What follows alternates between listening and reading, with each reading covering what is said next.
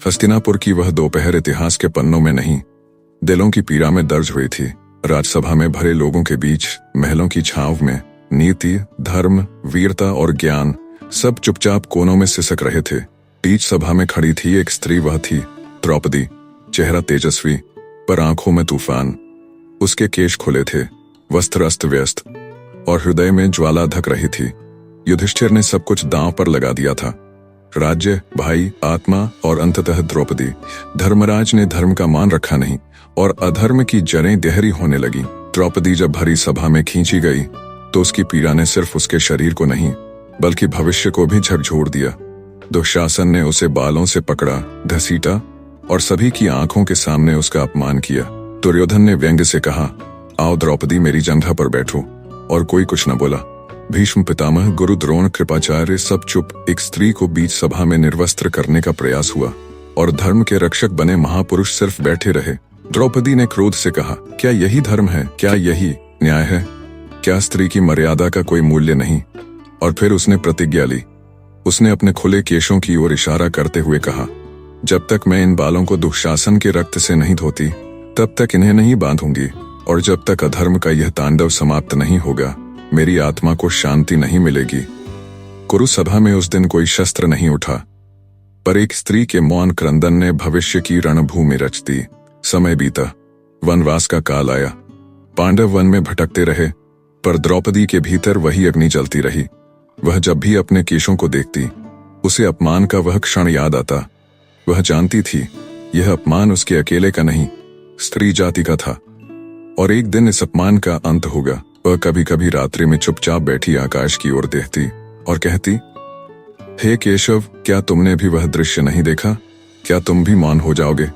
और श्री कृष्ण की मधुर पर गंभीर वाणी आती, द्रौपदी, समय आएगा। अधर्म की जड़ें जितनी गहरी हों उनका विनाश उतना ही भीषण होगा। वह आश्वासन ही उसके लिए जीवन बन गया। उसके आंसू उसकी ताकत बनते गए, उसका मौन प्रतिशोध बन गया। अज्ञातवास में ढी द्रौपदी ने अपने स्वाभिमान को कभी मुरझाने नहीं दिया। विराट नरेश की सभा में जब कीचक ने उस पर बुरी दृष्टि डाली तब भी उसने उसी आत्मबल से उसका अंत करवाया। द्रौपदी का आत्मसम्मान युगों तक प्रतिशोध की अग्नि में तपता रहा, पर बुझा नहीं। फिर आया वह समय, कुरुक्षेत्र युद्ध के मैदान में जब अर्जुन ने श्री कृष्ण से कहा कि वह अपने परिजनों से युद्ध नहीं कर सकता, तब श्री कृष्ण ने उसे गीता का उपदेश दिया और द्रौपदी की प्रतिज्ञा उनके शब्दों में शामिल हो गई। युद्ध आरंभ हुआ। हर दिन एक नया वीर धराशायी हुआ। दुर्योधन के एक एक भाई मारे गए। दुशासन भी अंततः भीम के हाथों मारा गया, और उसी के रक्त से भीम ने द्रौपदी के सामने उसे अर्पित किया। हे कृष्णा, यह वही रक्त है जिसने तुझे अपमानित किया था। अपने केश धो लो। द्रौपदी ने शांत भाव से अपने केश धोए, पर उसके भीतर की आग अभी भी बुझी नहीं थी, क्योंकि यह सिर्फ एक युद्ध नहीं था, यह न्याय की पुनर्स्थापना थी। अंततः दुर्योधन भी पराजित हुआ। वह घायल पड़ा था, और तब द्रौपदी ने आकाश की ओर देखा और मौन में कहा, अब न्याय हुआ। किंतु यह युद्ध द्रौपदी को कोई सुख नहीं दे सका। उसके 5 पुत्र मारे गए। उसने पति पाए, पर कभी सच्चा साथी नहीं पाया। वह रानी थी, पर जीवन भर युद्ध के घाव ढोती रही। उसका प्रतिशोध पूरा हुआ, पर हृदय शांति को तरसता रहा। हस्तिनापुर पुनः पांडवों के अधीन आया, पर द्रौपदी का हृदय कभी हस्तिनापुर का नहीं हो सका। वह युग की सबसे बड़ी योद्धा बनी, बिना शस्त्र के, बिना सेना के, केवल आत्मबल से।